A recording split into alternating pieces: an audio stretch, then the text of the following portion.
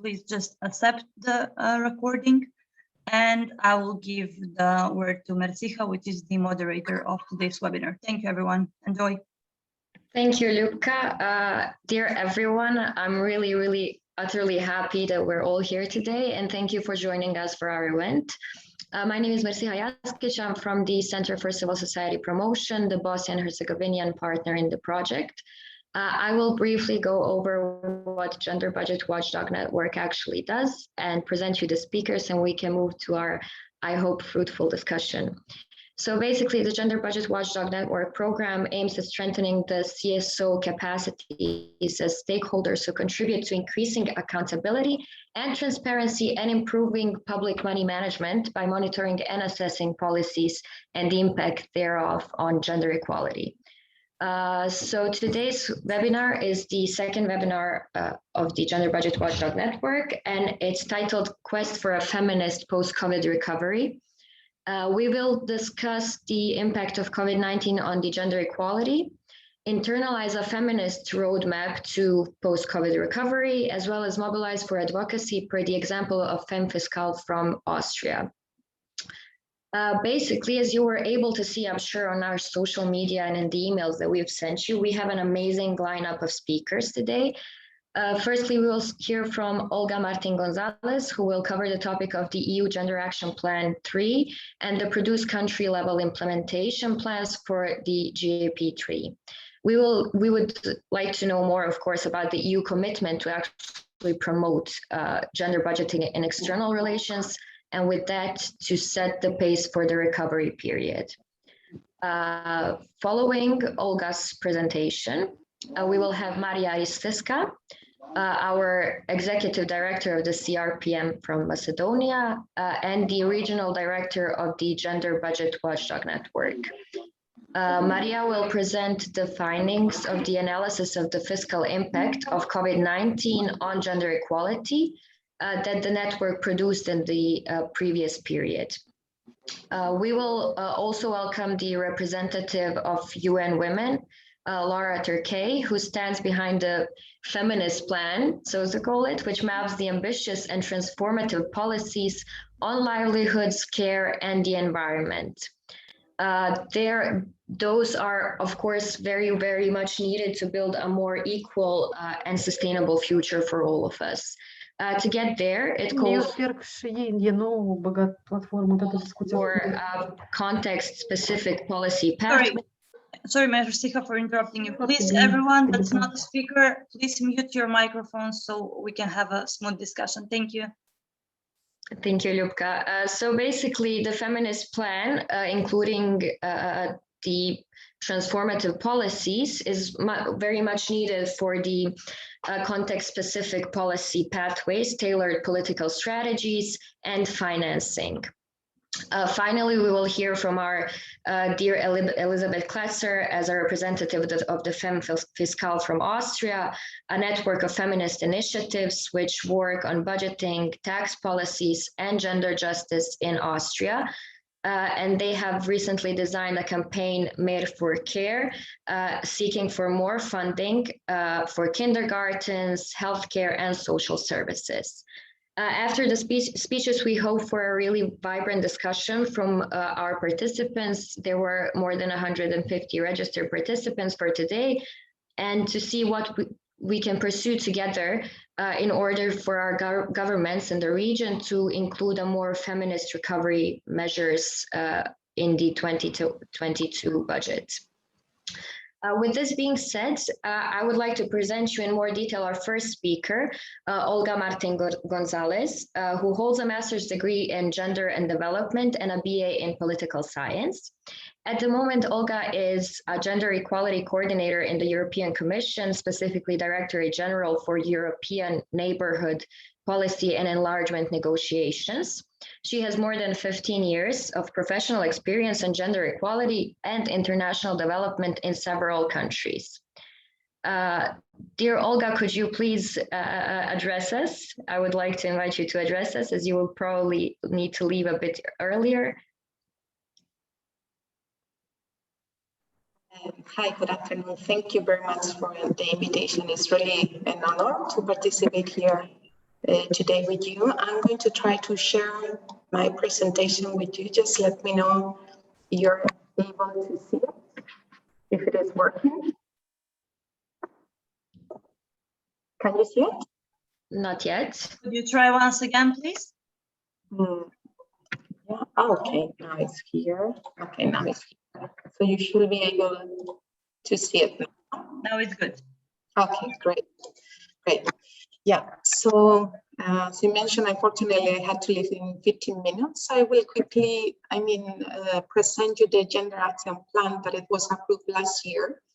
And it covers, 2021, 2025. So for all the external actions, the Commission, the European External Services, and DGs that they are working outside member states as well, they have to comply, with the commitments of the EU Gender Action Plan.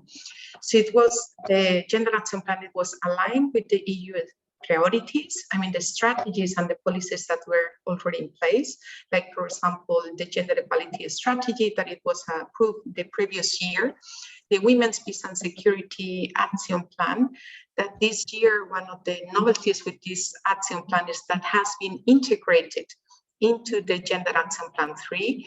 Before, they used to have their own strategic and reporting framework, and now we will do it in a coherent manner, integrated in this plan. It has been as well consulted, with the delegations, with the member states, UN agencies, civil society organizations. They participated in the process, and also we learned, from the evaluation of the gender evaluation that we did in 2000, that covered for the enlargement region since 2010 up to 2018, that highlighted, some of the progress, but also many challenges that we have, that we need to really, let's say, customize, the strategy at country level.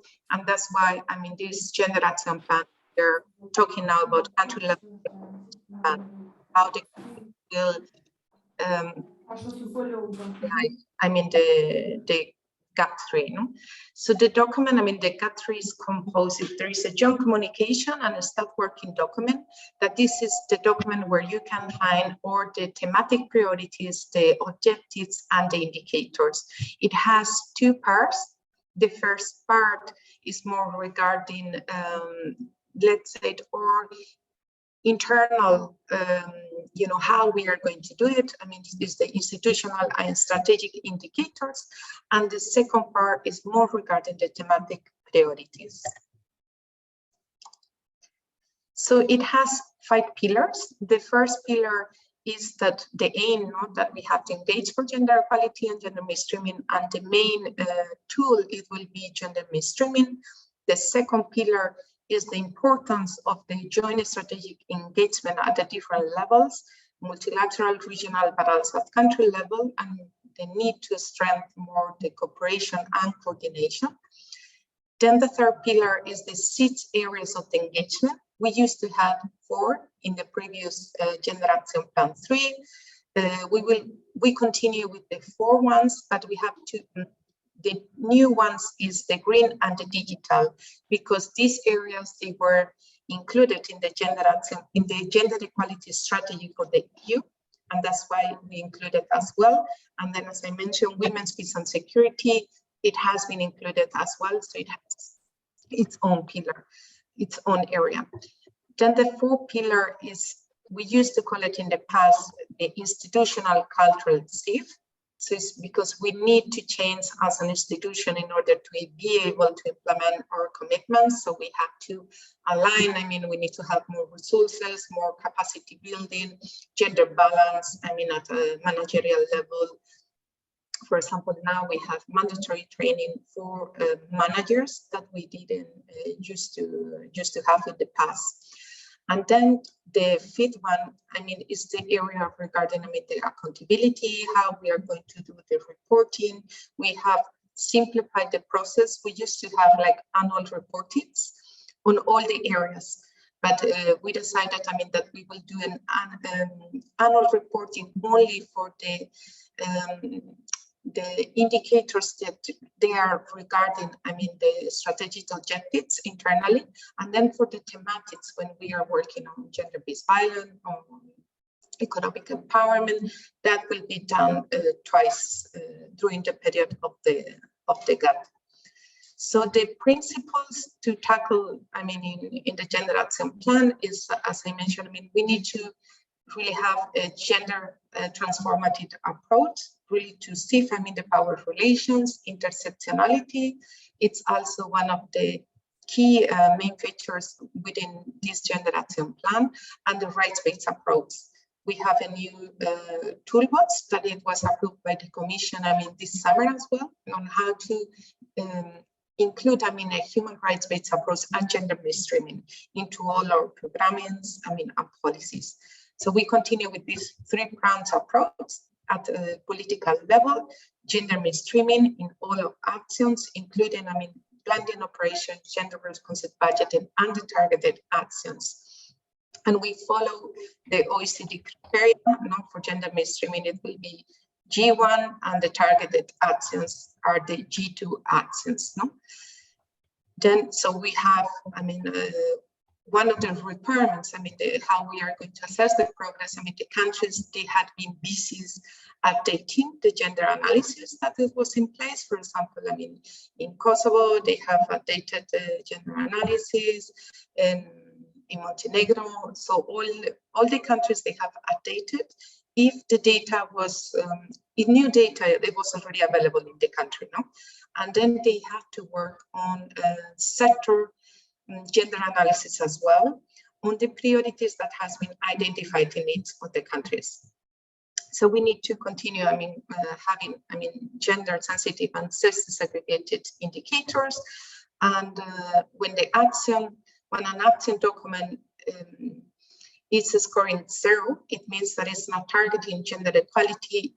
They explain why, I mean, that specific program is not targeting gender equality, because we have that our target is that all our programs, you know, we have this global target that by 25, we will have at least that 85% of the new actions will be taken for gender. Currently at Mehr, in our countries, I mean, we are like about 60% regarding this 85%. So we really need to continue working, I mean, to making sure that gender is mainstreamed in all the programs, and also having targeted actions for many.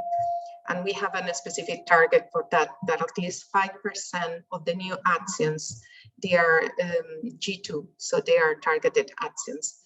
Another target, for example, is that we will have also more funding for women's organizations. So this is going to be needs to be tracked. And at least 25% of the new actions that they are currently supporting the public finance management reforms, they include a gender budgeting component.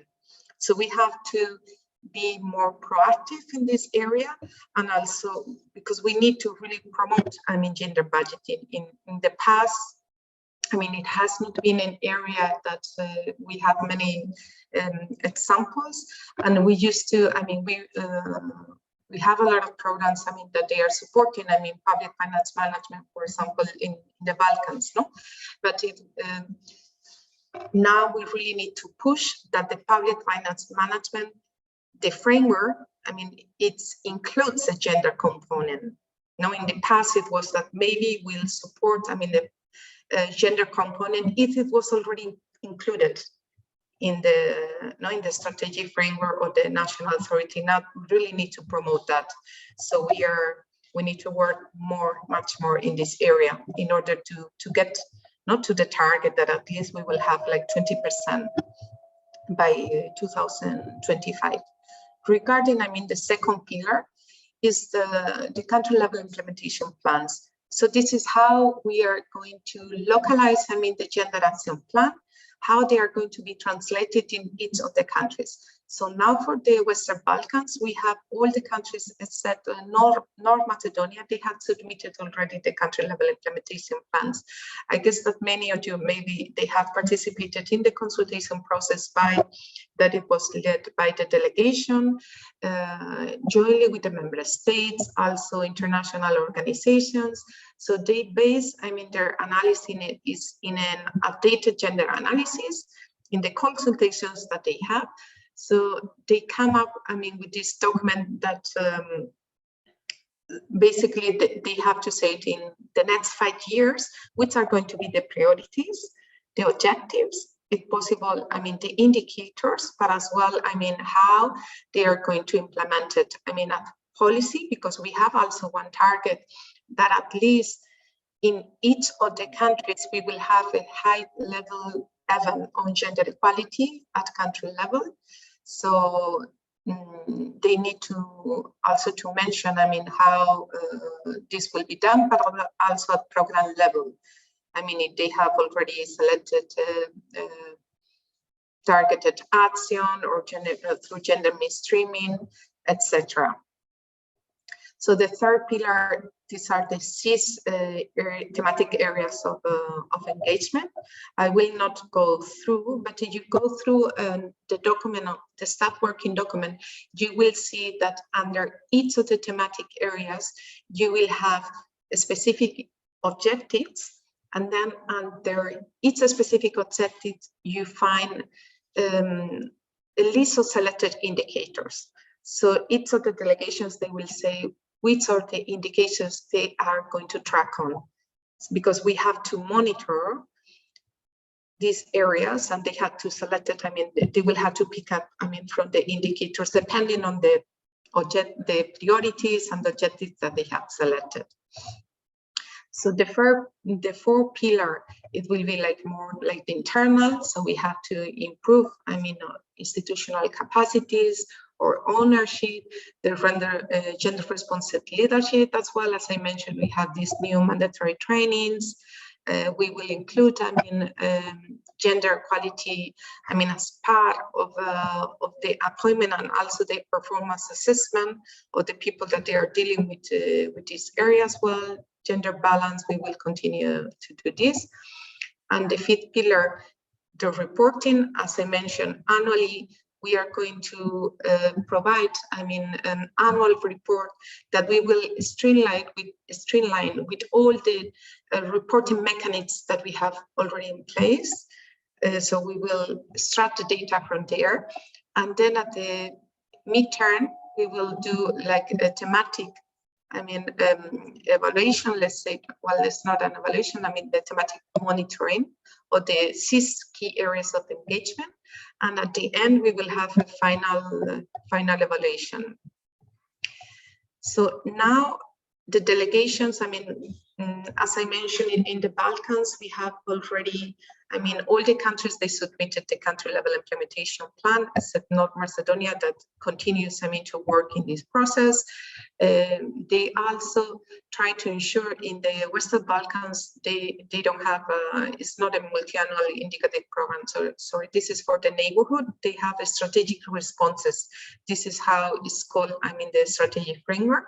So there was a need also to align, these documents, that the priorities that they were raised in their clips, they correspond, they were highlighted as well in this strategic framework, or at least that it refers to the gender action plan, to this document. So it must be a coherence. So the consultation, the updated gender country profile in the countries, the sector analysis, this is key. They have to do this throughout all the period, throughout until before 2025 on the thematic priorities. And the monitoring of the clip, because also the clip is a live document that they will have to revise in 2023. Just to see if they will continue, with the same priorities, or if they will change depending on the context and on each country. So this is all. I hope that is clear. Maybe I can take, if you have any question, or you can just to me, or Yeah, thank you, Olga. We're really glad to see the EU is an ally in integrating and promoting GRB as a tool in promotion of good governance, etc. And Nicole here has a question. So Nicole, off you go. Thanks so much. And thank you, Olga, for such an excellent presentation of GAP 3, and congratulations for the steps that the European Commission is taking to build on its work in GAP 2 and GAP 1.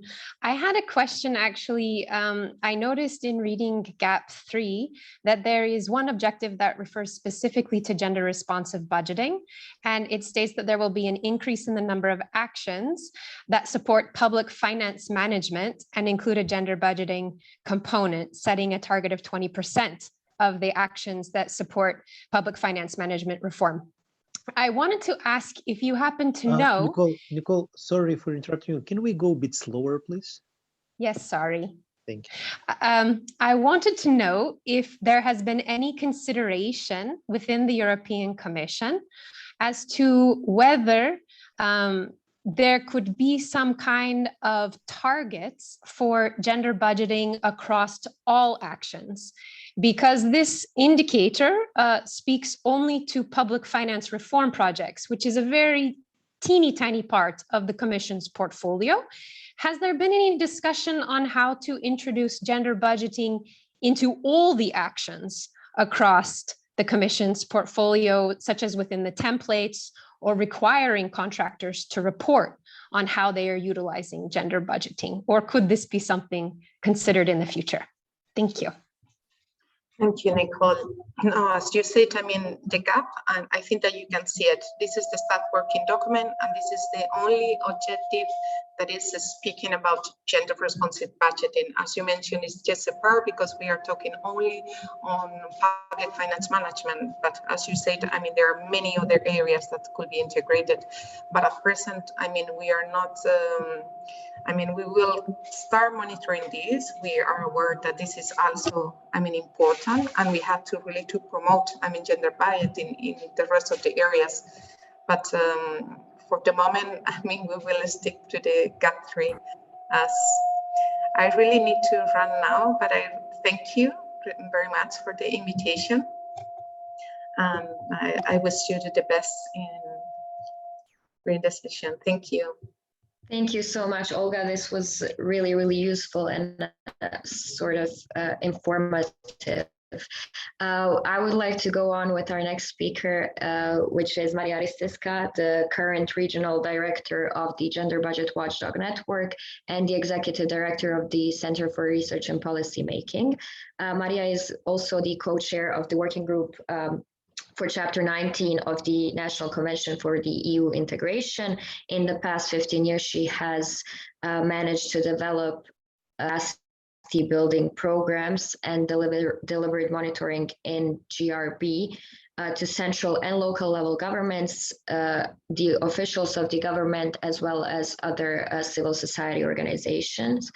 Currently, through Gender Budget Watchdog Network, Marija is working in 7 countries of the region, which include Albania, Kosovo, Serbia, Bosnia and Herzegovina, Montenegro, Moldova, and I hope I haven't missed any of the countries, and of course Macedonia, as that's her base country. So Marija, what are the findings of the fiscal impact analysis of the Gender Budget Watchdog Network, and what recommendations for a recovery the network gives to the government and civil society?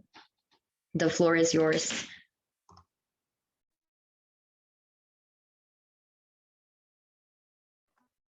Marija, please unmute yourself. Sorry, thank you very much, Marcija. I'm trying to do this, to put the presentation on as well. I first and foremost would like to give a short overview on the network for those that are new at our events and haven't been included in our activities. Our Gender Budget Watchdog Network is consisted of, for the time being, 88 civil society organizations, which come from Albania, Bosnia, and Herzegovina, Macedonia, Montenegro, Republic of Moldova, Kosovo, and Serbia. We take multiple roles in this network. First of all, we are developing GRB initiatives in addressing the different needs of men and women. But we also advocate for the use of the gender perspective in the budgeting processes. To institutional GRB in the budget and public finance management of the countries of the region, where this hasn't been done so far, and to, of course, monitor the impact of the budgets and public finance distribution on gender equality. To this end, I would like to inform you that the network of organizations have also produced a monitoring of the fiscal impact of COVID-19 crisis on women in Western Balkans and Moldova.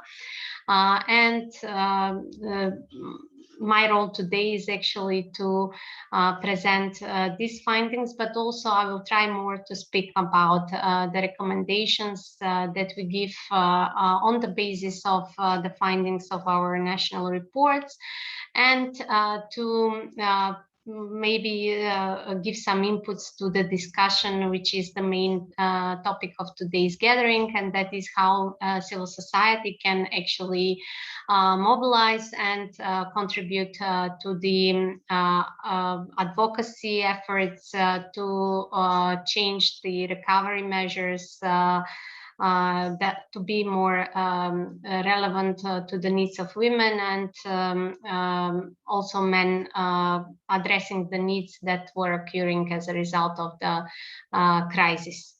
I must say that the report that I'm basing these findings and recommendations has been produced in all countries of the region, and on the basis of methodology that is on the other side based on the PEFA framework, gender framework, which was developed by the Office for Public Expenditure and Financial Analysis of the World Bank and the OECD. We have adopted this framework and used in all countries in the region.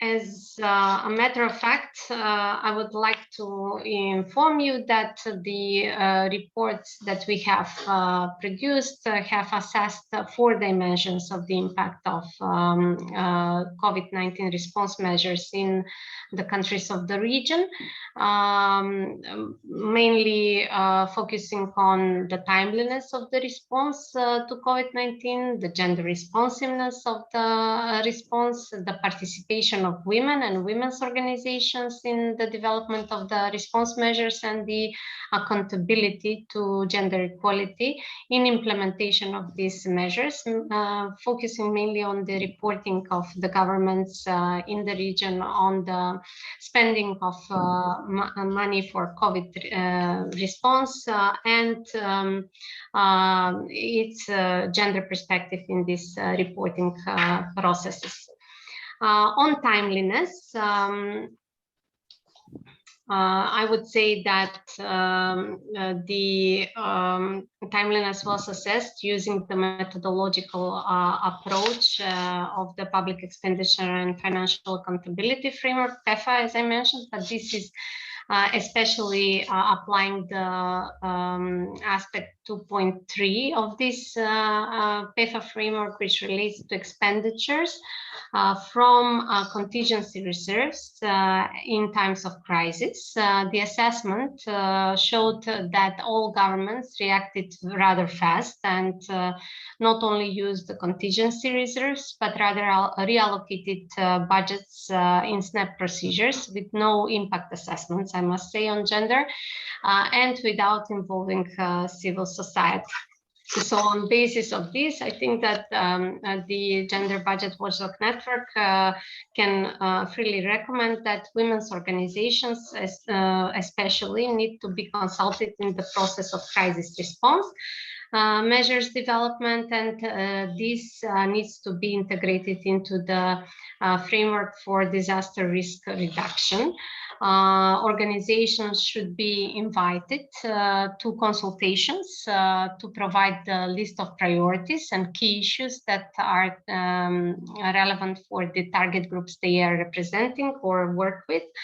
And the governments, of course, need not just to take these inputs into the policy development process, but we expect that they report back about the measures that have been created and, of course, implemented. The gender equality machinery, which is rather developed in all countries in the region, hasn't been also included into the process of development of the response measures, and we consider this as an asset institutionally for all governments in the region, and recommend that this mechanism is more used in order to serve as a bridge between women's organizations and the governments. Maria, sorry for interrupting you. Can you go a bit slower, please? Yes. Okay, thank you. Because of translation, probably? Yes. Okay. Thank you for noting this. On the second dimension, which is relevant to the gender responsiveness of the response of COVID-19, we have actually assessed to what extent the government measures and budget adopted in response of COVID-19 has been gender responsive. The conclusion of our assessment has shown that although all economies have gender equality commitments and legislation which require all public and private also bodies to engender the decisions they make, the measures that were developed and adopted and implemented were mainly gender neutral. In some cases, we have observed gender specific or sensitive measures, and very little number of the measures that were detected have been gender transformative. This has contributed to greater gender equality gaps between women and men, and some of these measures that were specifically very risky and contributing to the gender inequality have been addressed by civil society organizations and have been also cancelled by the governments, which is a positive outcome of the crisis. But what the Gender Budget Watchdog Network can recommend based on the national reports that we have produced is that we need to ensure that funds that are allocated, and especially in this crisis, we have seen another activity of the governments, which is taking loans from international finance institutions to fight the COVID-19 crisis. And these were used for implementing the emergency and the recovery measures. They have to we need to ensure that these funds have a direct impact on the survival and further development of the women's entrepreneurship, because very little number of measures actually targeted women in business. and employment as well, which was the first and immediate negative outcome of the crisis as well. So actually the number of unemployed women increased in almost all countries in the region.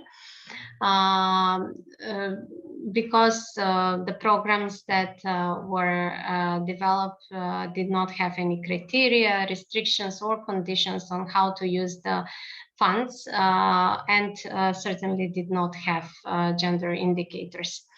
Of course, we would also support specific measures that are directed towards women, and in this extent, our assessment is that women entrepreneurs need more comprehensive support, like, for example, debts write-off, education. They need to be included in digital platforms and in networking in order to have better access to finance. And survive this crisis period. Considering that also, as we heard from the first presentation, the EU is using gender responsive budgeting as an approach for external relations. And also that EU has announced to offer biggest support to SMEs in the region. We recommend to the EU to embed gender criteria to the budget support for the economic recovery of the Western Balkans and, of course, the European Neighborhood Partnership countries. But also to require foreign beneficiary countries to change policies and programs, as well as procedures that will for approving subsidies and financial support in order to recognize female business. In this respect, we would expect that diverting the interest from production to services more would have a better effect on women, because women businesses are usually in the service sector and very small number are in the production sector. Which was not the case or the approach practiced by most of the governments in the region. Also, across the region, we have noticed lack of measures that are aimed to informally employed people, and especially those that are in the care economy, which has had a great impact on the unpaid work women do at home. It increased in the COVID period. And finally, on this matter, I would think that the recovery needs to be oriented also on local communities and locally developed solutions, which have to be directed to the care economy. In terms of the next dimension, which is the participation of women and women organizations in recovery measures, I must say that we have done surveys in all countries in the region, all 7 countries of the project. And we have concluded that engendering of the policy and the budget response was lacking, partly because also women's organizations and all CSOs that work on gender equality were not involved in the policy development processes and implementation. So I must say that this was especially the case at the beginning of the crisis, but later in the crisis, this situation changed, and more after the criticism received, governments involved civil society organizations in the response measures development. Ovi se uopšte ne vide, ovi krugovi, ništa se ne vidi šta piše na njima. The effect of women's organization advocacy was most prominent on issues related to gender-based violence, but least on economic empowerment of women. So based on the national reports that the Gender Budget Watchdog Network produced, I must say that one of the recommendations that naturally comes out of these reports is that governments not just have to involve CSOs, but also develop their capacities so that they can be a constructive partner into the policy development process, especially in risks and crisis periods. This is especially relevant for women's organizations who are providing services in times of crisis. And to that end, I think that governments should also be more open to providing funding for services to be delivered by CSOs and specifically women's organizations that deliver services to women. Most of the countries in the region have such policy and institutional arrangements to use CSOs as service providers, and we encourage governments to utilize this opportunity, especially in the next recovery period. On the matter of the last dimension, which is the accountability. I must say that accountability on COVID-19 response assessment showed lack of completeness of the financial reporting. It was not timely presented and in all cases transparent disclosure of all information related to this public spending on COVID response measures, especially not from a gender perspective. So we didn't get any information systematically organized and presented by governments on what is the impact of gender of COVID response measures on gender. Luckily, we have had a very active international and civil society community that provided these inputs that were lacking. For example, the UN Women offices in all countries in the region has done an incredible job in detecting the impact on women, but also our members of the Gender Budget Watchdog Network produced reports on the gender fiscal impact of the budget.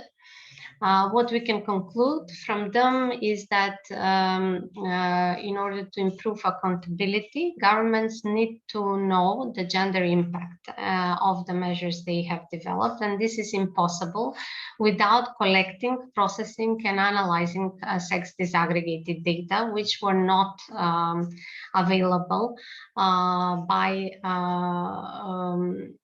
the governments for different analysis in-house or by external actors. I must say that it needed special efforts to collect all this data by doing lengthy research and a lot of resources to be wasted on collecting data which are supposed to be available according to all gender equality laws in the countries in the region have.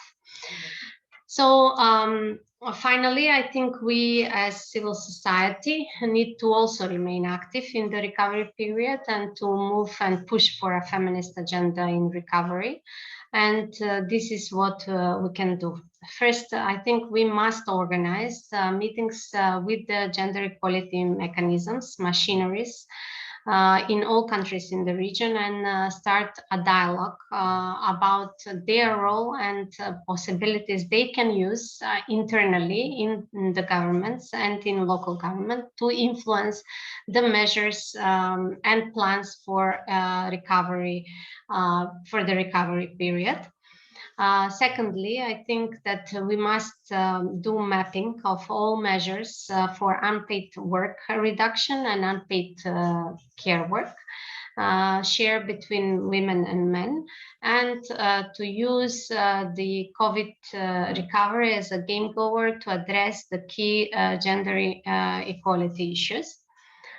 Thirdly, the CSOs could start, of course, a campaign which would be targeted towards increasing the value and the visibility of unpaid work and the care economy, and to request for more money to be put into the care economy, to the care infrastructure in the country, so that we can release the burden of care from women in the region.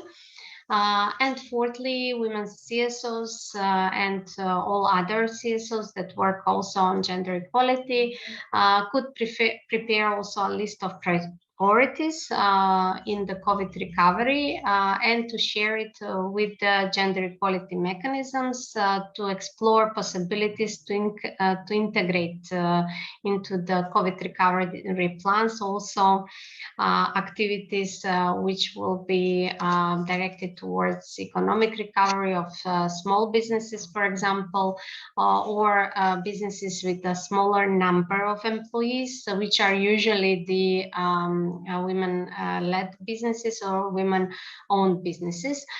This can be also developed together with, in cooperation with different women business networks. Also, we can continue as a network to watchdog the public spending of the recovery measures from gender perspective and hold governments accountable on the impact the recovery measures have on the gender equality in the region. Thank you. Thank you, Marija. This was really, really useful as the previous presentation as well, but it is sort of eye-opening to see what the Gender Budget Watchdog Network is actually working on. It is my honor to announce our next speaker, who has actually shared something in the chat with us, which is the UN Women's tracker about the policy response to COVID from a gender perspective. So to say, it is, as I said, it is my honor to announce Laura Turquet, the Policy Advisor and Deputy Chief of Research and Data at UN Women. Laura has been working for the past 12 years or so for the UN, women leading major research and data initiatives that inform the organization's advocacy objectives, as well as empower the civil society and governments to seek and implement change. Most recently, as Mrs. Azizova, mentioned in the chat as well, she has been working on the Beyond COVID-19, a feminist plan for sustainability and social justice. Laura also leads the organization's flagship report, Progress of the World's Women, and is a co-founder of the UN Feminist Network. She has previously worked for the Action Aid in the UK, the Institute of Development Studies, and the Fawcett Society, which has last year been the host of Gender Budget Watchdog Network at a study tour. So Mrs. Turquet, the floor is yours. The plan, as we have seen, identifies key levers that can create change, and also the actors at the global, national, and local levels that need to take action. What are these actually? Could you share more info with us, please? Thank you so much. Can you hear me well? Great. Yeah, I'm using a different computer. I was having some sound issues. So now let me see if I can share my screen. Hang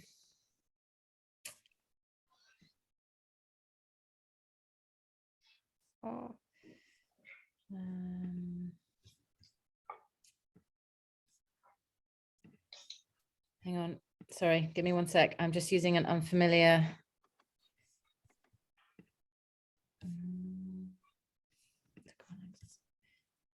Sorry, give me one sec.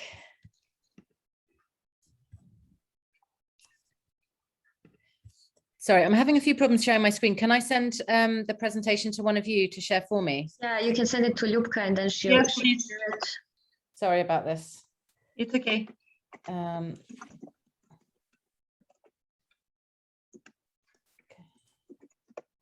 Here it is, my mail in the chat. Okay, I'm just replying to everyone who was in that email earlier, so everyone will get it. Sorry. Let's keep trying. Okay, so maybe I can make a start before the presentation is shown.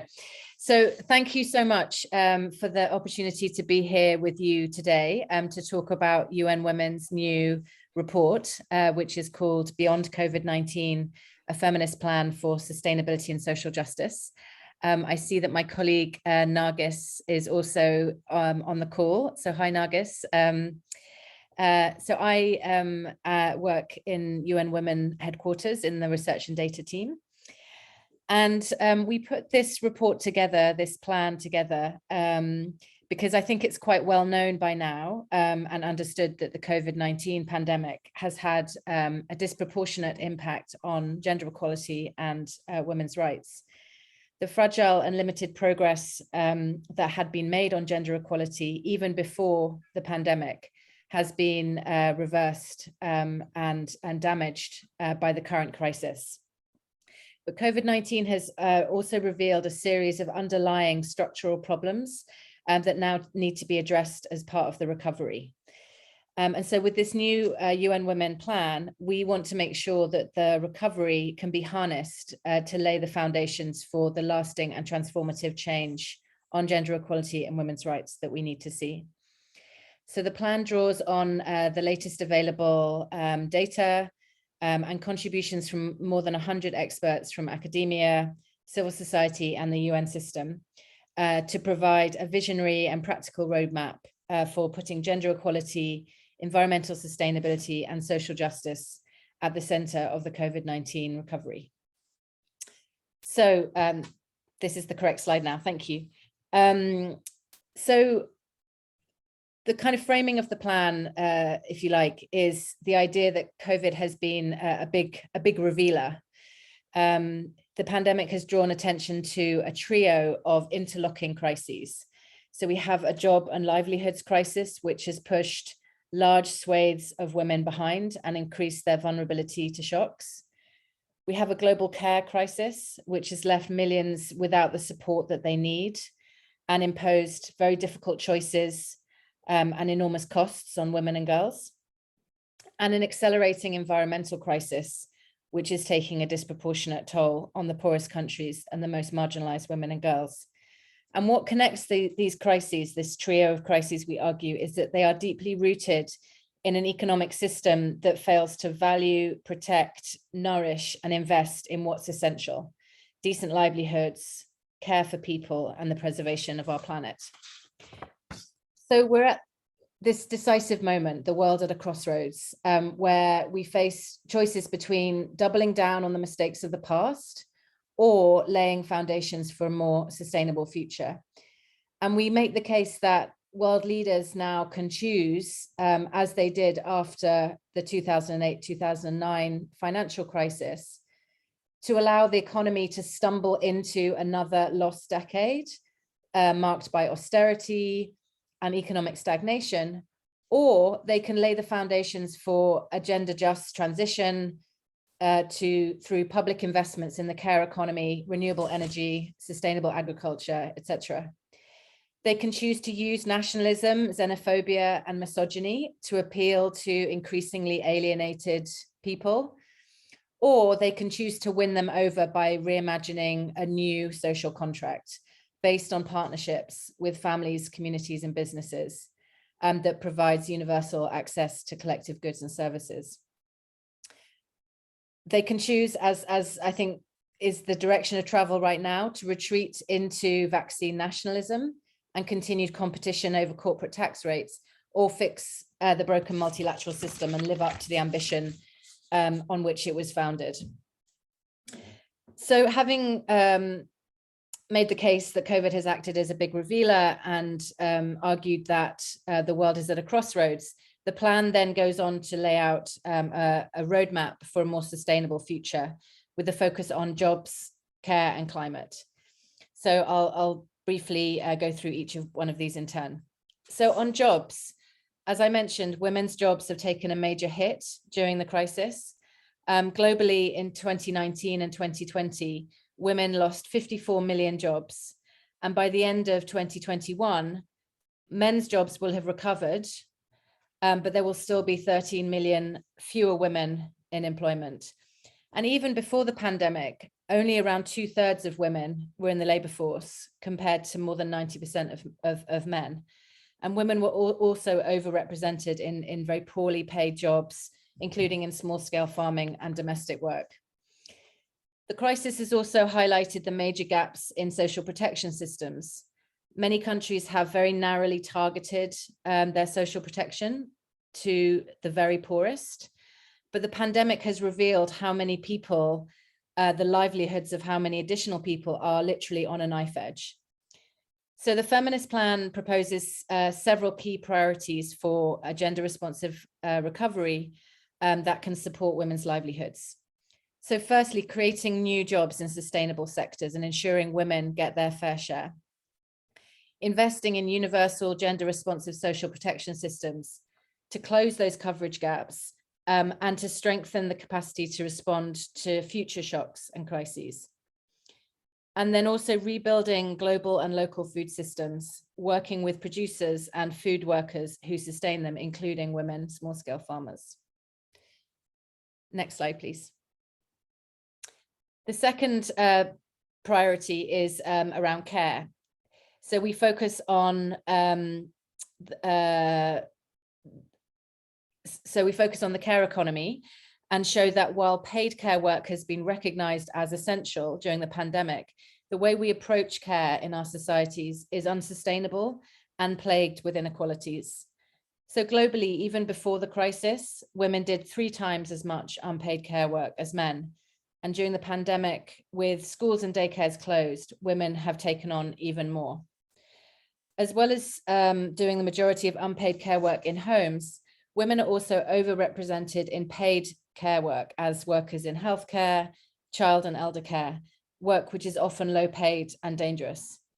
And in fact, as we see on this slide, the health systems of sub-Saharan Africa rely on nearly a million community health workers, most of whom are women, and almost all of them are unpaid. So, these health systems are literally relying on women's voluntary labor to carry out jobs which are in many cases quite dangerous. So to ensure that care is central to the recovery, we propose serious investments in the care economy to create jobs and address care deficits. So drawing on the latest evidence, we found that investments in care can create 40 to 60% more jobs than the same investments in construction, for example. And care jobs are green jobs. They don't generate carbon emissions, and they provide sustainable and intergenerational support. Another way to strengthen care services is for governments to work in partnership with community-based care networks to deliver quality care services that are attuned to the needs of local communities and that can provide decent work for care workers. Next slide, please. So, sorry, the slide looks a bit, some of the text looks a bit funny.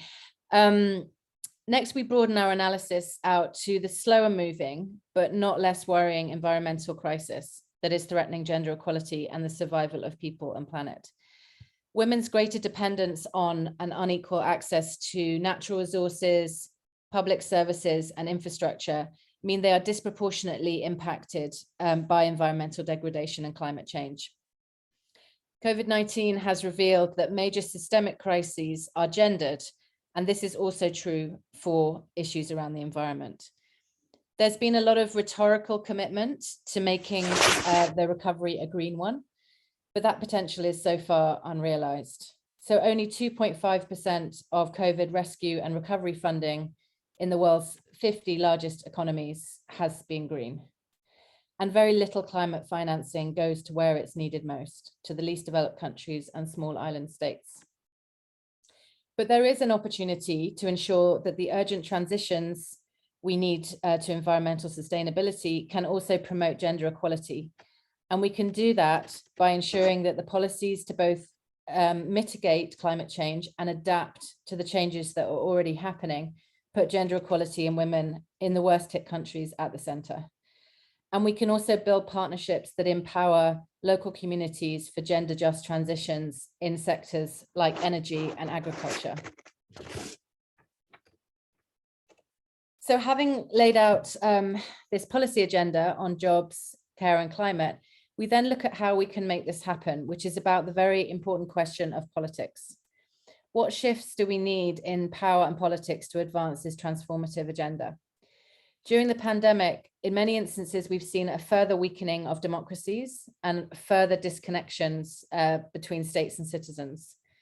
Feminist policy advocacy has been relentless, but women have remained excluded from major decision-making spaces, including COVID-19 task forces. So our research found that in 225 COVID-19 task forces across 137 countries, only 4.4% have gender parity.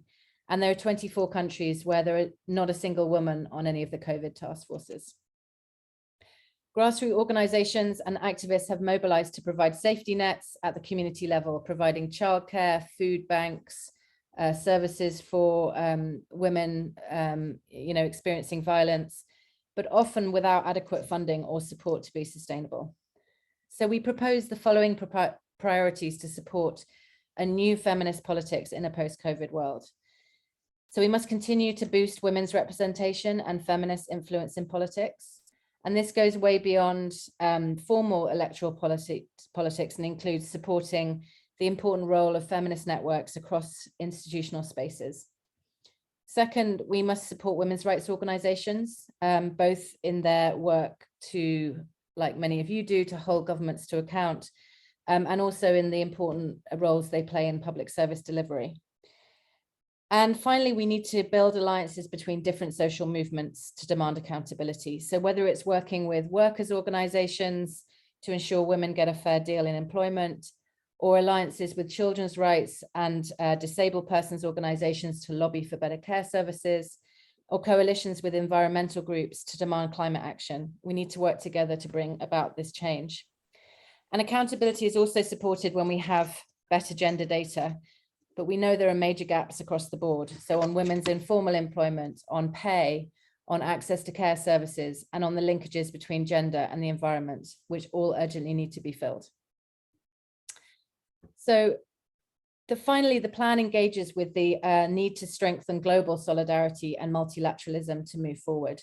So the UN Secretary General has just launched his Common Agenda report, which lays out the steps that are needed to, in his word, avoid global breakdown and instead bring about a breakthrough.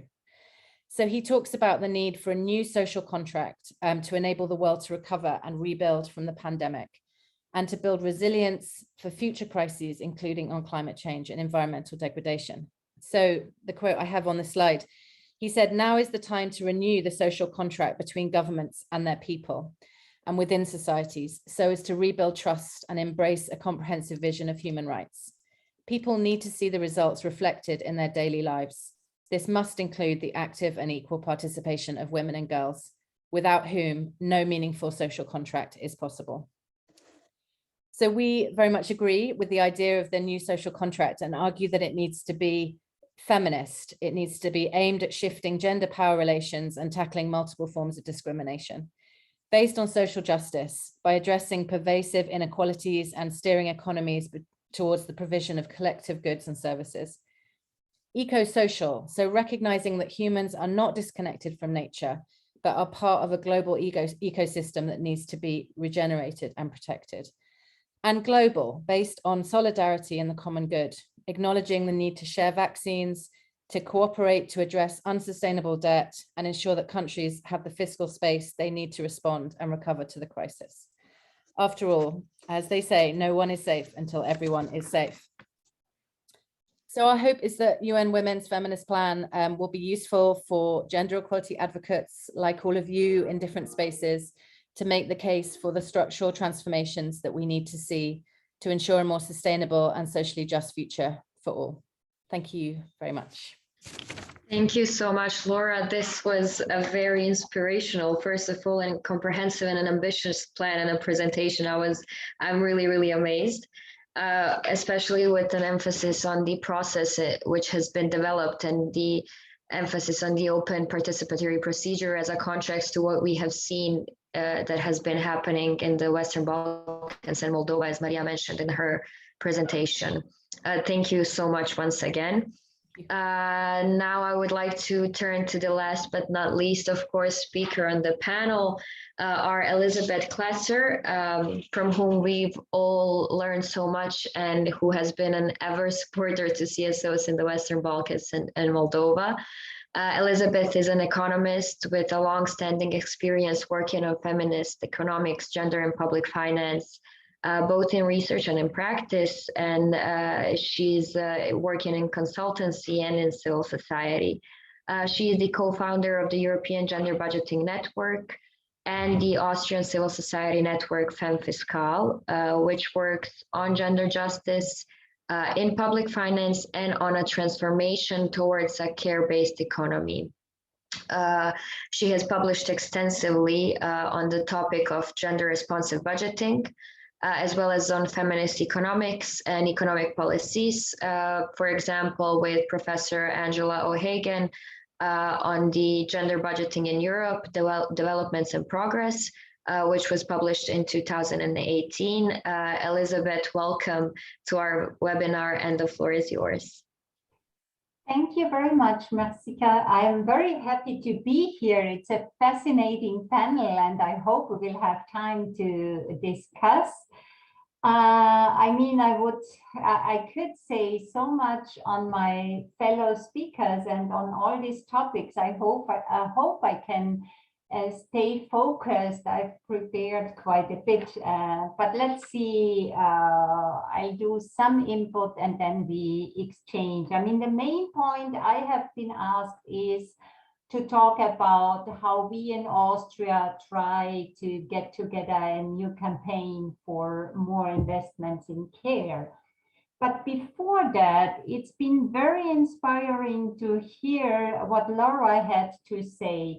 And we agree completely on the issues of what are the structural injustices and what needs to be done. Let me just add very few points on what I consider are from a gender equality, but overall a strive towards a future system of justice very important. One thing is the question of the role of multinational corporations. This is often overlooked, but I think if we want to make meaningful change, that needs to be tackled. So I consider this as very important to also be in a feminist plan. And a small subject of that related to our work on care is that increasingly there is a financialization in care, meaning for-profit business gets into care and provides very bad services, but has a lot of sure profits out of it. So when we talk about this, I think this role of and combating this financialization is very important. And the other point, 2 points actually more. One is the incredible unequal distribution of wealth. So any feminist plan needs to include to tackle head-on these extreme injustices and work on that. I mean, there is some room, especially for taxation, but it needs to also be on other elements. And of course, this is a feminist issue, and especially an issue if we do not tackle this incredible unequal wealth structure, we might not achieve much on gender equality either.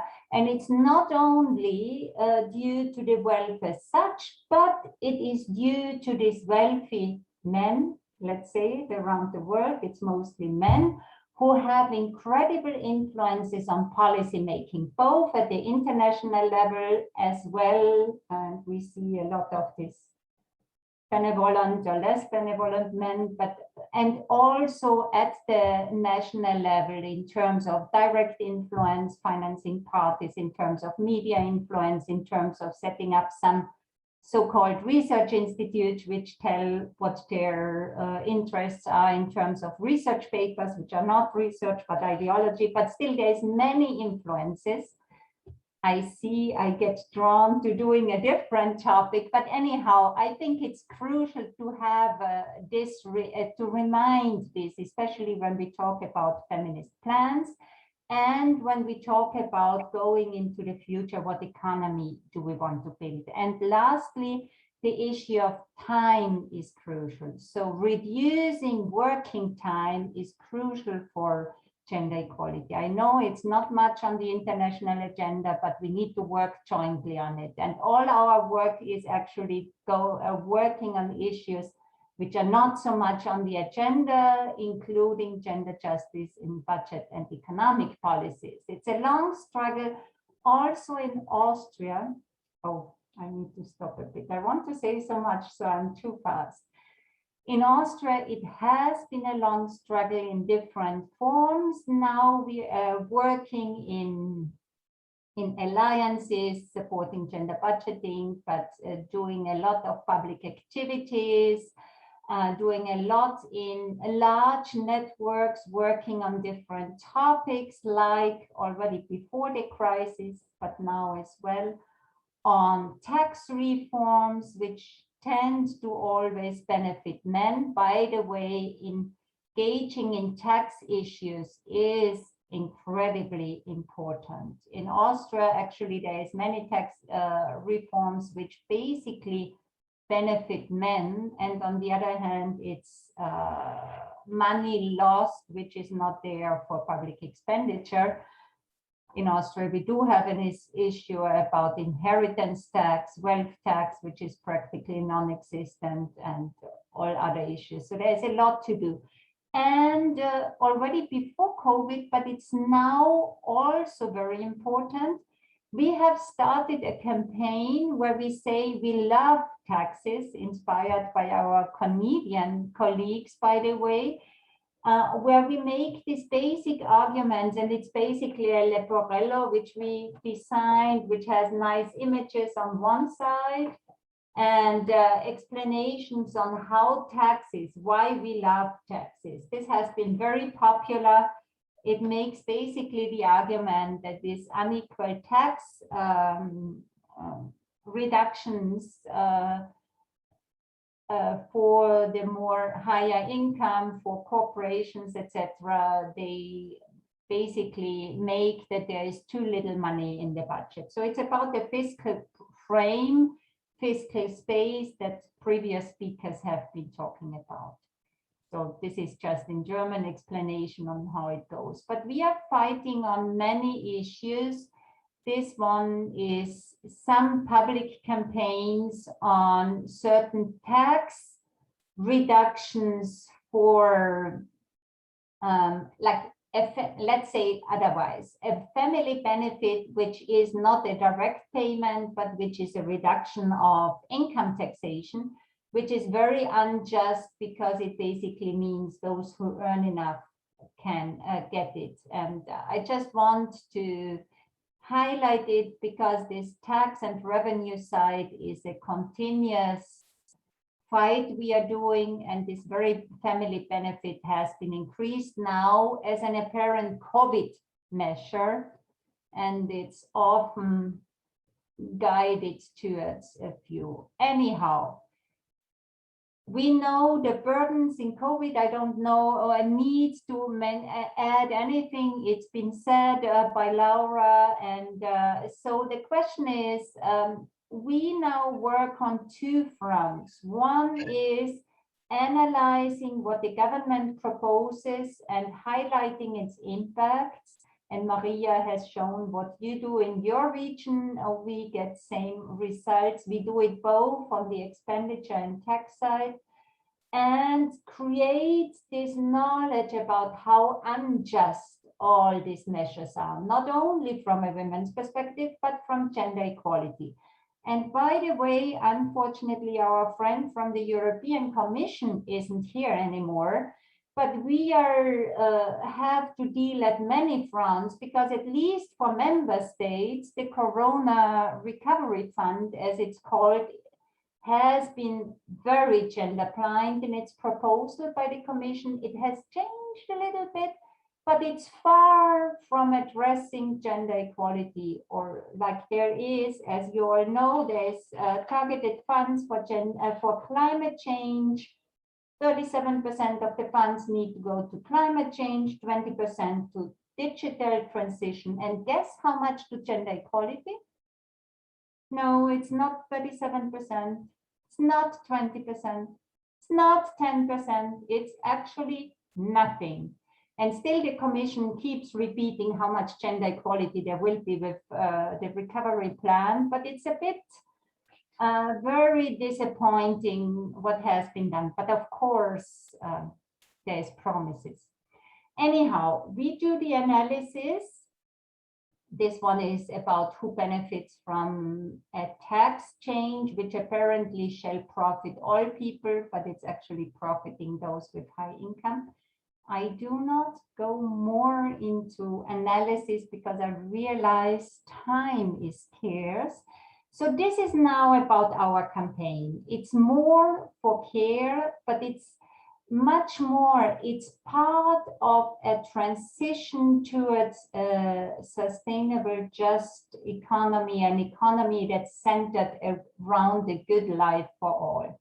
So we have different elements to it, and one is to have enough care investments and putting care at the center. So we decided that it's high noon to change, and we put this plan in a very concrete recovery, actually a feminist economic stimulus program, which has 3 dimensions. All together, it's a package of 12 billion.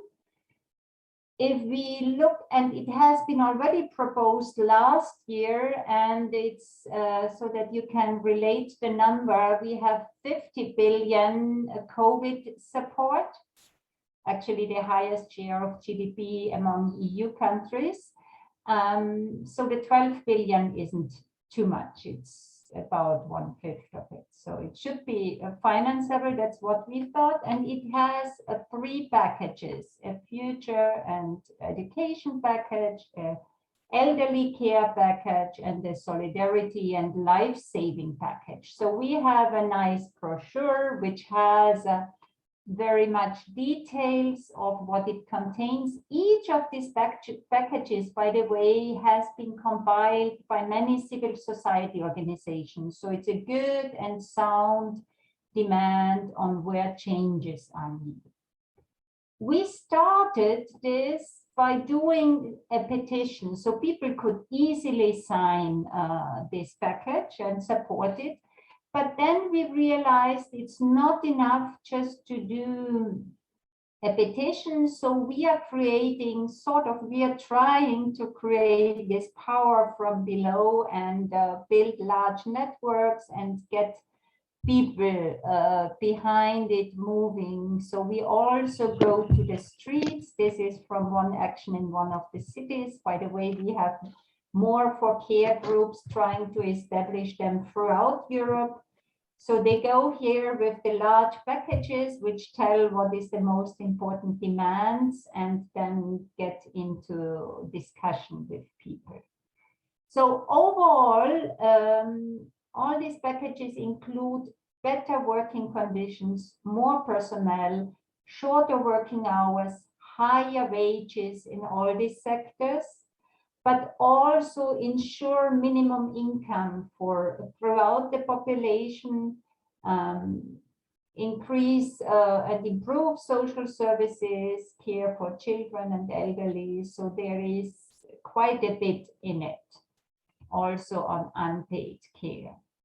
And I am not going to tell you all the dimensions and the contents of the packages, because you can read it afterwards. But the main point is, for each of these packages, we make the economic arguments. So when we talk about the future and education package, one part is child care and early childhood education. And so there is Large economic benefits. Laura has mentioned how care benefits so much to employment.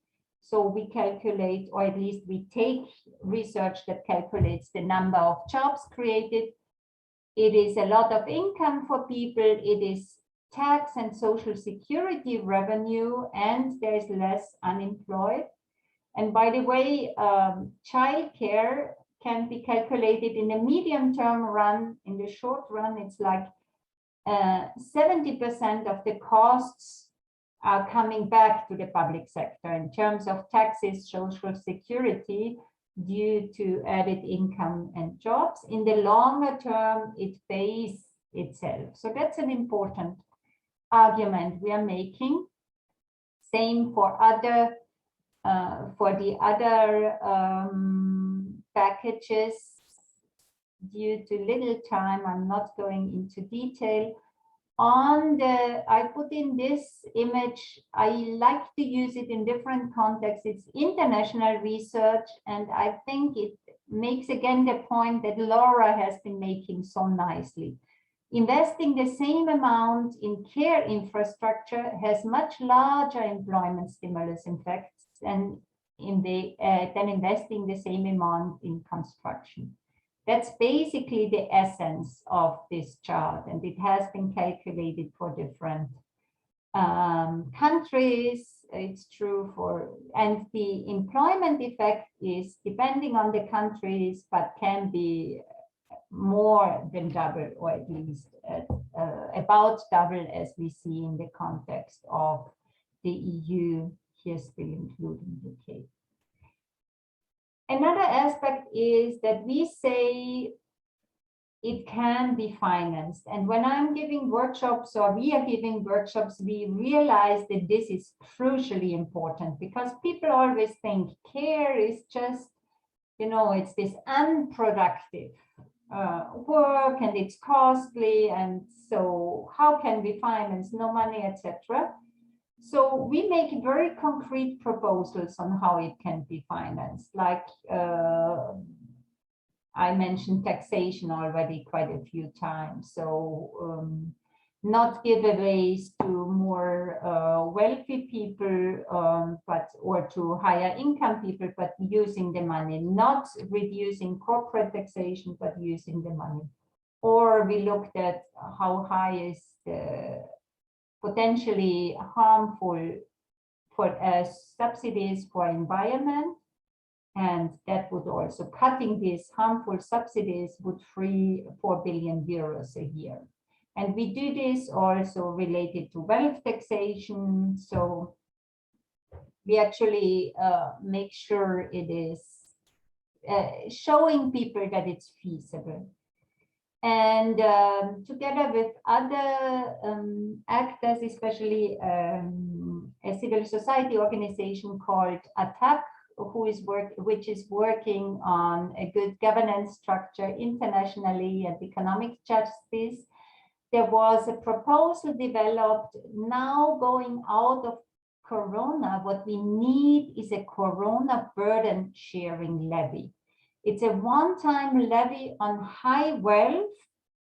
As I said earlier, this incredible unequal distribution of wealth is just crazy. And we know that during Corona times, the very wealthy increased their wealth insanely, whereas almost every else paid a large burden, and especially women. So the argument goes, now we need a burden sharing levy to make a bit of an adjustment. That would, of course, bring a lot of money to be able to finance. So a bit still on the side of how we do mobilize, as I said, in large networks, trying to go to all cities. We started with online strategy conferences to get more civil society organizations going, and then had 2 action days earlier this year to get the message out. By the way, we here in Austria are working without money because there is no funders available in our country. So it's very much homemade work, building on whatever there is. We got, yeah, and trying to get at least finance for some, for sure, some materials. So the first action days had this slogan: we need more room, more money for care, we need places for care. And as a mobilization, as a movement, we have the aim to grow and to create this outside power. And we grasp opportunities when there is an opening. Yes, I will talk about that in a second again. So this just shows how we go out to the public space. We use these golden things. They are the, what do you call them? Saving blankets, you know, that keep people warm or cold. So we try to work with those, get a lot of attention. And then it's also like, for example, doing dancing with this, putting messages on it. It works very well. And we want to get stones rolling. So there's lots of different things in the public. And well, different protests. The one on the left below was with the Pride, where we joined forces. We try to join, or we do join forces with the climate movement. And on the right, by the way, there is a demonstration at the closure of one of the safe homes for women. So unfortunately, the government is not really favorable. So we are still working on this, how to get issues and especially our care package and investments out to the people. What we realize is, as we have this concrete package, people are very interested in hearing about it and learning about the economic dimensions. They like to get this feeling they have the economic argument. So the short, well, where we and we are trying to enlarge it.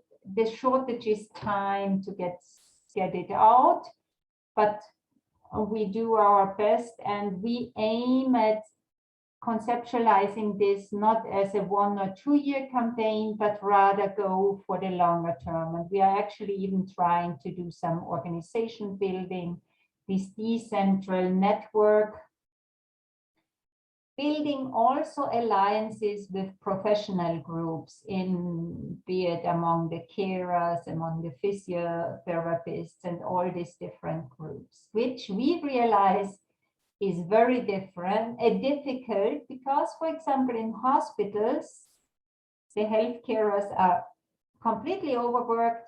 But first of all, they say we may not talk about these issues in public, so they are a bit of afraid. And secondly, they are simply so overworked and out of energy that they cannot engage. So this actually now is an issue on how to build alliances here.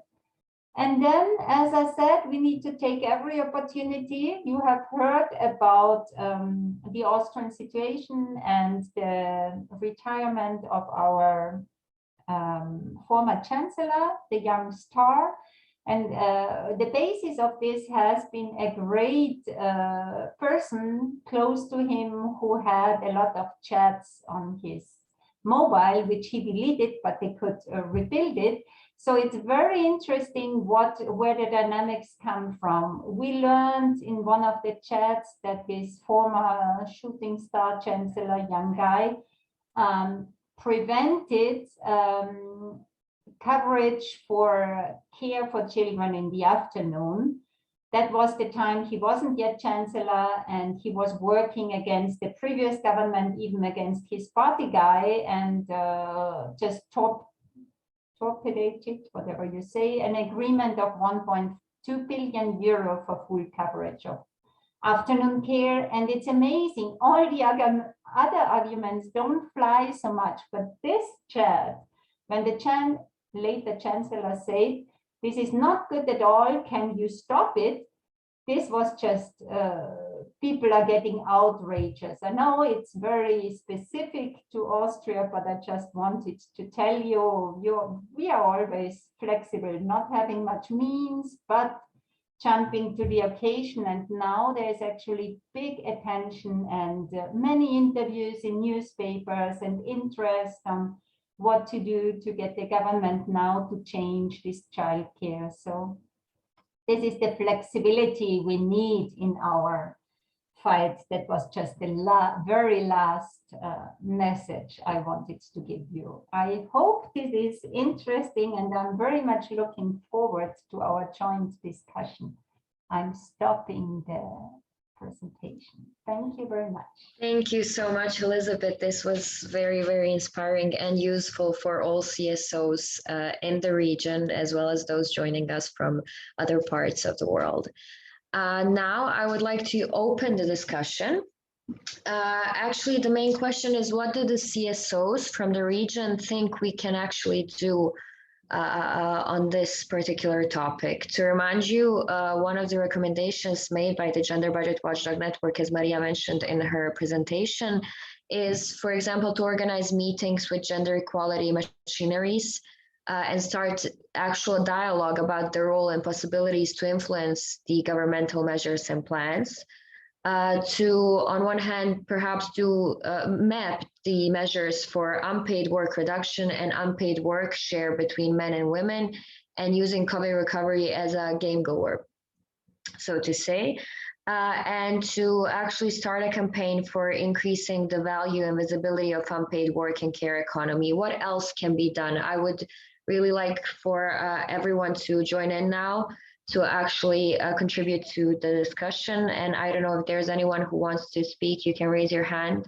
Ljubka and I will try to see everyone's raised hands. I think it comes up to the screen in the, to the front of the screen. So we're waiting for your inputs. And yes, go on, Elisabeth. I'm very sorry. I just, while waiting for the inputs, I just wanted to highlight one strategy change that we had, and I think it became obvious. We used to work a lot in cooperation with government, trying to do lobbying, etc. And we realized that the changes needed now are simply not going to take place by this manner, because government makes very limited advances and very much goes backwards. So our strategy now is more to building movements. But of course, when there is an opportunity, we do engage in very direct campaigns as well. But I think it's one of the big choices CSOs have to make given the very scarce resources. That's just a comment. Yes, agreed completely. I don't know, is there anyone who wants that? I just want to thank Ivona Paunovic and Laura for sharing additional links and researches that could be useful, and to point out once again that we will send all of the materials, all of the links and the recording of the webinar to all of the participants by the end of the week. So, okay, Mrs. Azizova has she says the following: dear colleagues, I could not speak since there is a huge noise due to the renovation ongoing. Since you particularly look for unpaid care work, I would suggest you to learn more about the Global Alliance for Care set up by Mexico and Canada. And we have Vishna and Savka, which raised their hands. So thank you so much, Mrs. Azizova, for the recommendations. Vishna, go on. The floor is yours. Thank you. I think Savka actually raised hand before me, but I will try to be very short. In my opinion, this thing about gender equality machineries is because we had produced a lot of knowledge about COVID impact on gender and women, and we didn't have dialogue about measures with measures creators.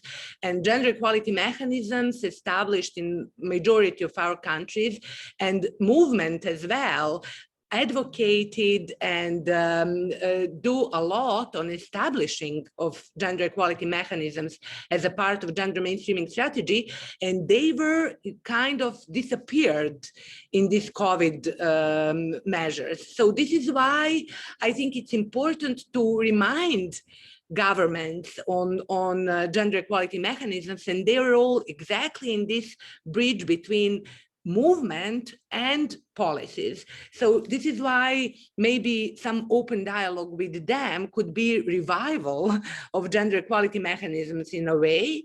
But I really understand, and I'm interested in what Elisabeth said about building movement and steps after that. This is also important. And just one more thing is that we are talking about measures. We are talking about care economy, unpaid work to address the issues, but there is very few concrete ideas or proposals that we have as a movement, what could be done really, or what is doable, or what we really want, what we are considered under measures for addressing unpaid work or care economy, instead of this investing more in childcare and everything. So thank you very much for great presentations. Thank you, Vishnya. Thank you for the recommendations that you've provided. The notes were taken. Vishnya is our coordinator from Serbia. Savka, you had a question? Yes, could you unmute yourself first? I have problem, but I haven't question. I want congratulations for all discuss and presentation. Thank you so much, Savka. Thank you so much. Much appreciated. Is there anyone who would like to add a recommendation or who would like to join in the discussion with the speakers that are still here? I think we have the majority of them still with us. You can use the option of the raise hand in the reactions option next to the interpretation globus. Marcija, I think Nargis wrote something else as well in the chat. If you would like to share, please. Yes, just yes. only for the interpreters. Thank you. Yes. Okay. So Nargis said that it is the Global Alliance for Care set up by Mexico and Canada. It is a multi-stakeholder global mechanism to push for commitments to implement concrete actions from states, families, communities, and the private sector to develop and increase care services such as community care models, child care facilities, centers for adolescents, etc. We can share all materials for Global Alliance for your review. There are already many governments, CSOs, and other partners joined the coalition. Thank you so much, Nargis. It would be awesome if you could share it with us. Elisabeth also shared the website of the Femme Fiscale. And okay, so Nargis corrected her mistake. It's set up by Mexico and UN Women, not Canada. Sorry for the mistake. It's okay, Nargis. We informed everyone and we're using the links to send them to everyone after the webinar. So I don't know if there's anyone who would like to say something more. I think there are plenty of our sub-grantees or members of our network as well here as participants.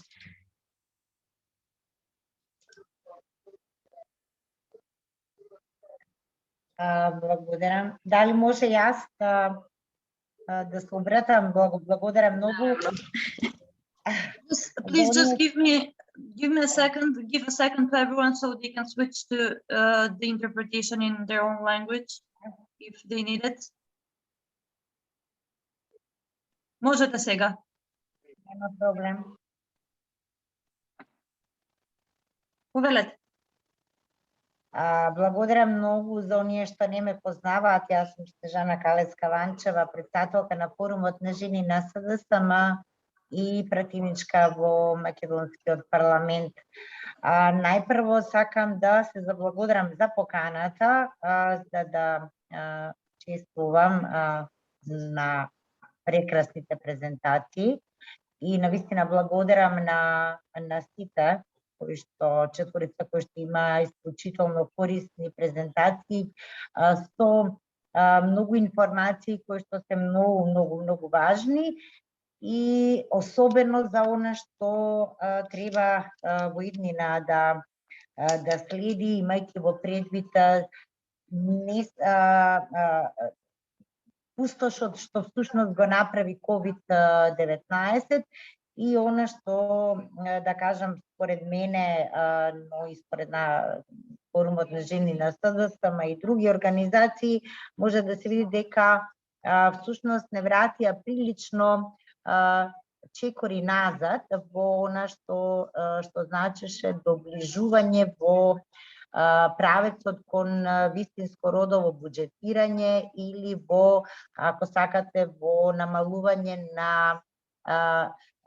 разликите во платите помеѓу мажите и жените, за кои што сите знаеме дека постојат. Но мислам дека COVID-19 кризата всушност тоа уште повеќе го акцентираше.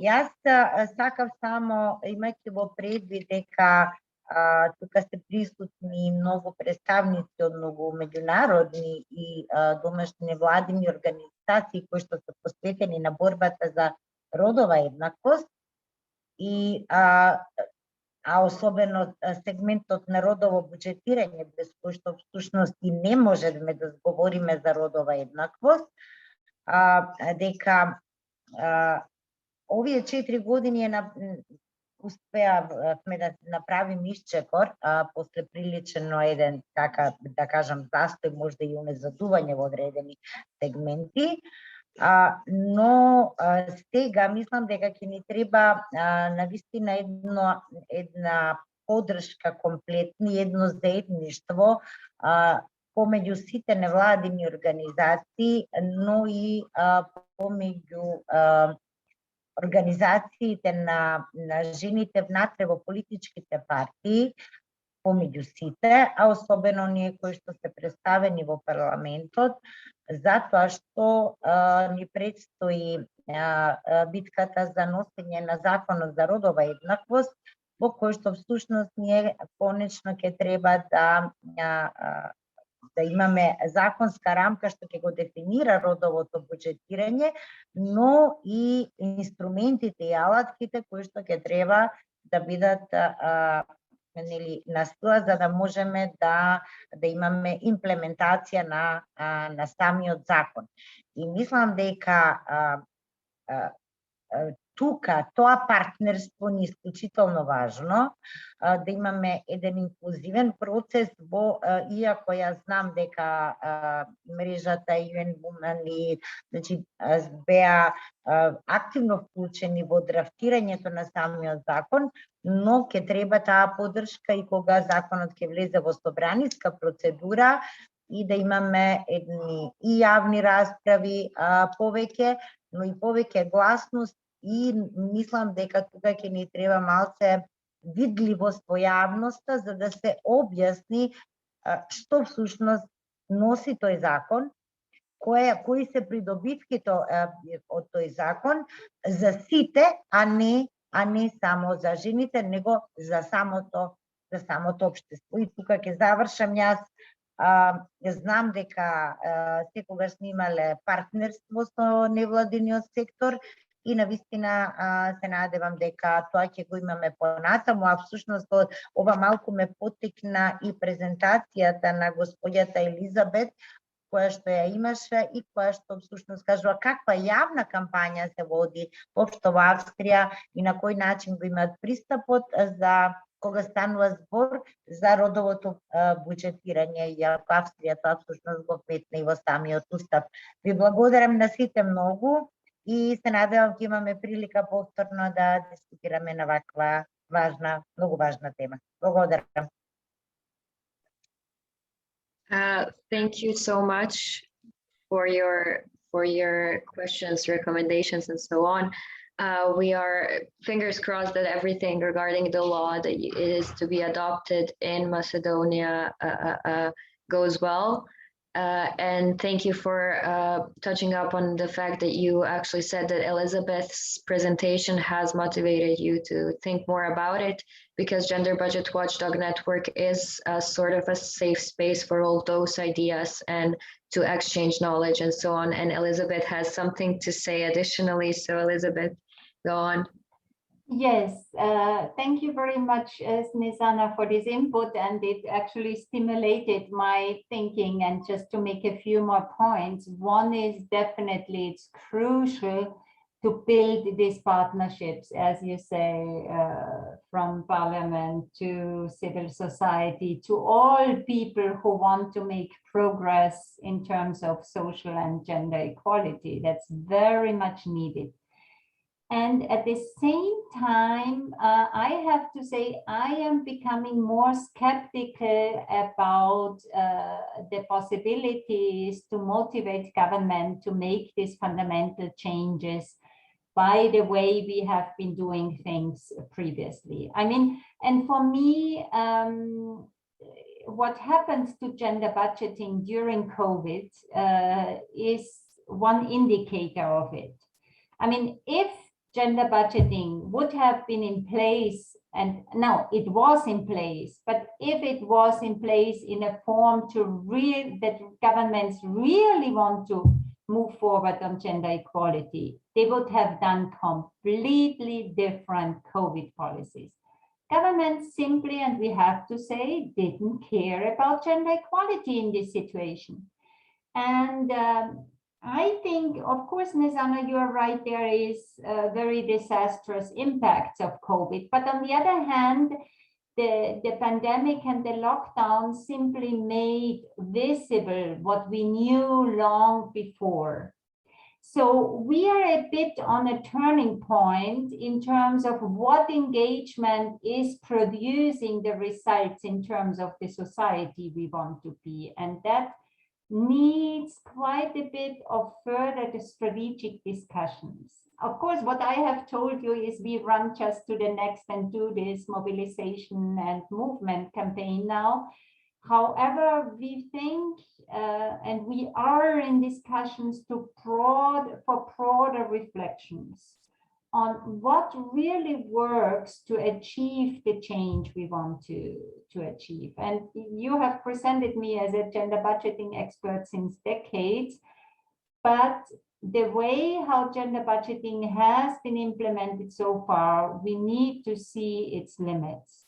And they are very, like it's working within very small limits. So one thing, it's a powerful tool. The other thing is it has been made docile by the governments, just making sure not much is changed. And we need to confront this and think about new strategies. That's what I said about being innovative. And I actually love to be here because I think what we need is this international debates and exchange on what strategies are best. And UN Women has presented this great plan. And so is it one thing to mobilize around? What it is it really? How do we get resources? Because the more proactive we are as civil society, we have to confront it, the less resources we get, either from EU or from national sources. They like to fund CSOs who are so nice and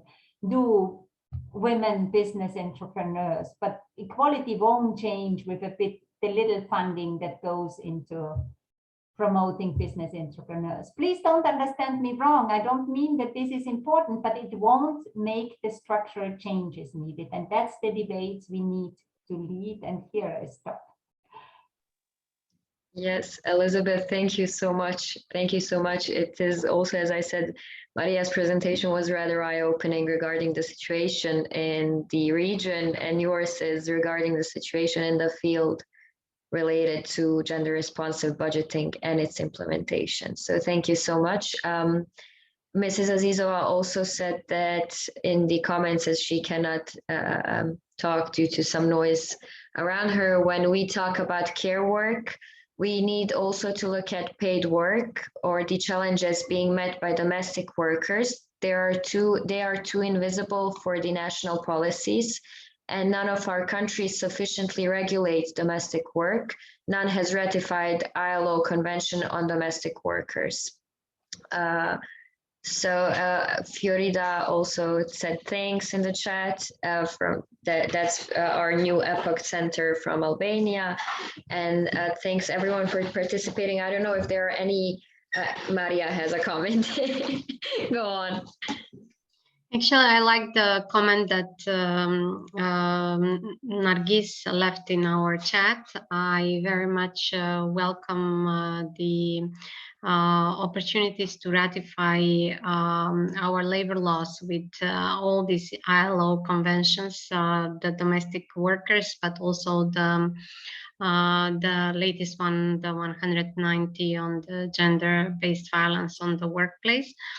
Is also very much is very important. I must say that our focus is not just on the unpaid care work, but as the research showed us, there is a very little attention to the women-led and women-owned companies in the economic recovery measures. We would definitely focus as a network to increase the financial support to this type of businesses in the recovery period, because through two type of interventions. The first one, to intervene in the criteria for financing, which should be gendered, so that we don't leave out those companies that are led by women and have not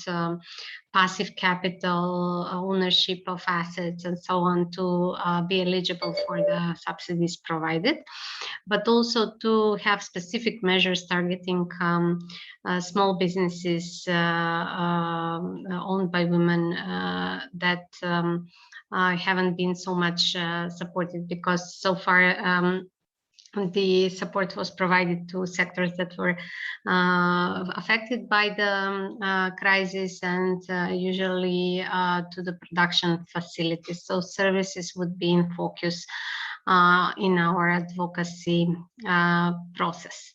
And to this end, we can also expand the advocacy to the legislation, and now I know that in Macedonia the labor law is open, so we can take this recommendation that Nargis is giving us here to approximate with the ILO Convention on Domestic Workers, but also we can see what are the other policy opportunities in other countries in the region.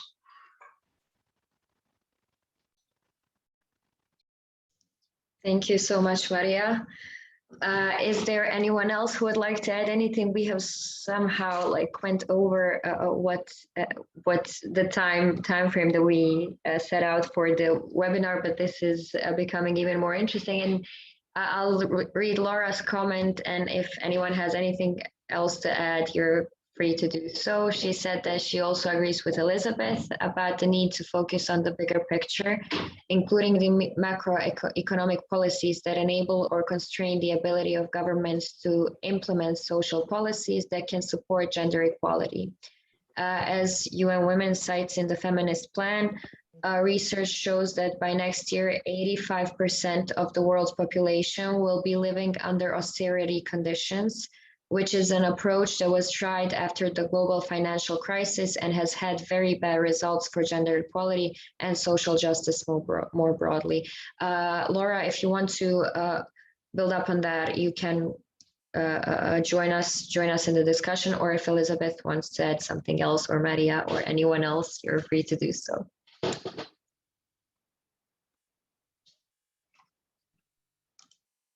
Yeah, I mean, I think you've just said the comment, and that's really mostly what I wanted to say. But I think what Elisabeth was saying about the need to focus on these sort of bigger macro policies is a really important one.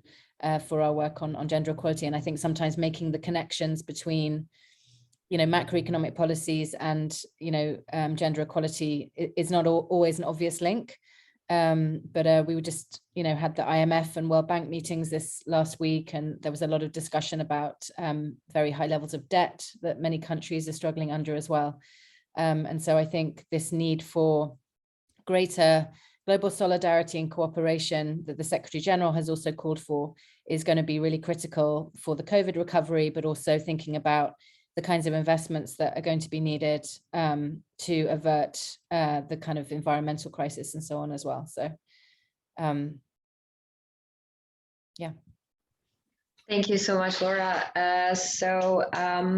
With this, with the message that Laura just said, that there's a huge need for greater solidarity in general, I would like to finish this if no one has anything more to add. Thank you so much for being here. Thanks to our speakers who are wonderful, and thanks to all of the participants who I know will, even if some of them haven't joined the discussion, and this way they will definitely use what was said today in their work, both the CSOs and the governmental officials that were present with us today. Once again, thank you so much. We will probably stay in touch for our next webinars and the next activities of the Gender Budget Watchdog Network. And yeah, feel free to contact any of the regional coordinators from each one of the countries, and yeah, see you some other time, hopefully sometimes in person as well, and take care. Bye everyone. Thank you everyone, all speakers and all participants, and thank you for your patience with the technical stuff. And big thanks to our interpreters. They were great, and I believe they did a great job. Yes, they did. They did. Thank you very much. And thank you, Luca. Ciao. Bye. Bye, everyone. Bye.